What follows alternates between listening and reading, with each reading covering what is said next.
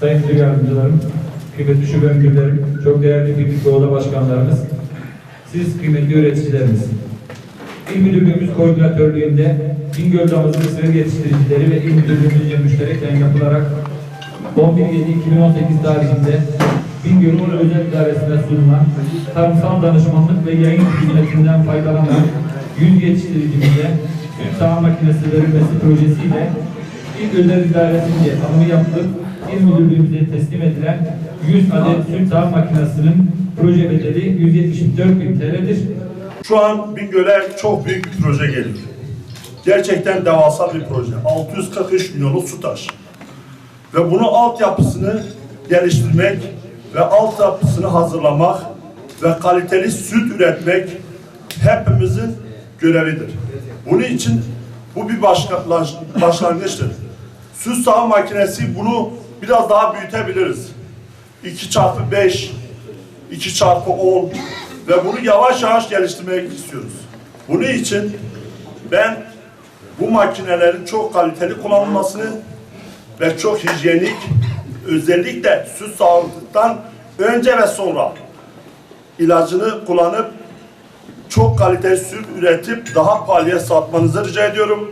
Ve bundan dolayı buraya geldiğiniz için hepinize teşekkür ediyorum. Alternatif gelir kaynakları oluşturmak, kırsaldan kentlere göçün önüne geçmek ve kentlerden kırsala göçü hızlandırmak amacıyla ve tarımda çalışan nüfusu gençleştirmek adına birçok desteklemelerde bulunmuştur. Şimdiye kadar ilimize verilen toplam destek tutarı eski parayla 417 trilyon, yeni para birimiyle 417 milyon TL'yi geçmiş durumdadır. Bu anlamda bitkisel üretim desteklemeleri kapsamında ilimize aktarılan toplam destek tutarı 59 milyon TL'yi geçmiş, hayvansal üretim destekleme tutarı yine 150 milyon TL'yi geçmiş durumdadır. Tabii bakanlığımız bu desteklemelerin yanında kırsal kalkınma yatırımları destekleme programları çerçevesinde de yine ilimizde toplamda 104 tesisi tamamlamış ve bu minvalde de 44 milyonu geçen bir hibe aktarımı yapılmıştır.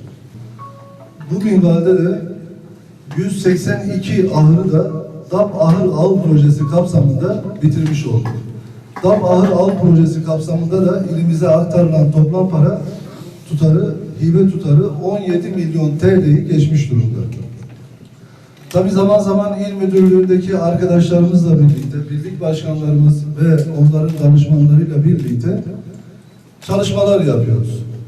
Hayvancılık açısından en pahalı girdi olan yem üretimini azaltmak için daha sağlıklı, daha kaliteli ve ekonomik olarak daha kazanç elde edebileceğiniz ürünleri oluşturmak adına neler yapabiliriz diye kendi ekip arkadaşlarımızla çalışmalar yapıyoruz. Yine DAP Kalkınma İdaresi Başkanlığı'na sunmuş olduğumuz yem bitkileri üretimi projemiz kabul edildi. Bu minvalde de 1,5 milyon TL'lik hibe ödemesi ilimize aktarılmış oldu. Bu yem bitkileri üretiminin yaygınlaştırılması projesi kapsamında da 10 adet romok alıyoruz. Bunun yanında 1 adet silaj paketleme makinesi, 5 adet silaj biçme makinesi alıyoruz. Anıza ekim pulverizatörü alıyoruz. Artık geçen yıl özellikle 2018 yılında Bingöl'de, ovamızda bir mevsimde 2 ürün almayı başardık. Bu anıza ekim pulverizatörüyle birlikte siz ilk mahsulünüzü aldıktan sonra artık tarlanızı sürmeden direkt anıza ekim yapabileceksiniz. Bu projelerimizden diğer üreticilerimizin de faydalanmasını sağlayacağız. Ben bu anlamda da bu projede bize katkı sağlayan İl Özel İdaresi Genel Sekreterliğimize başta Sayın Valim olmak üzere teşekkür ediyorum.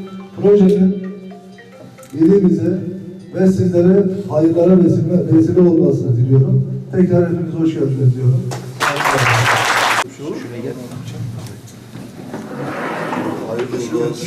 Böyle gelirseniz arkadaşlar fotoğraf resim alabilsinler.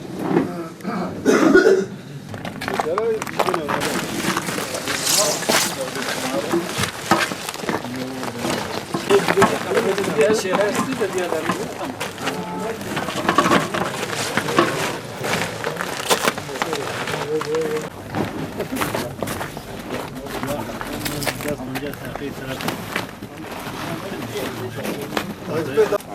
Hayırlı uğurlu olsun.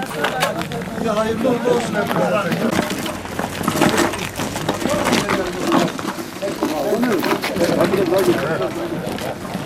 Zaten senin abi götürüyorsun.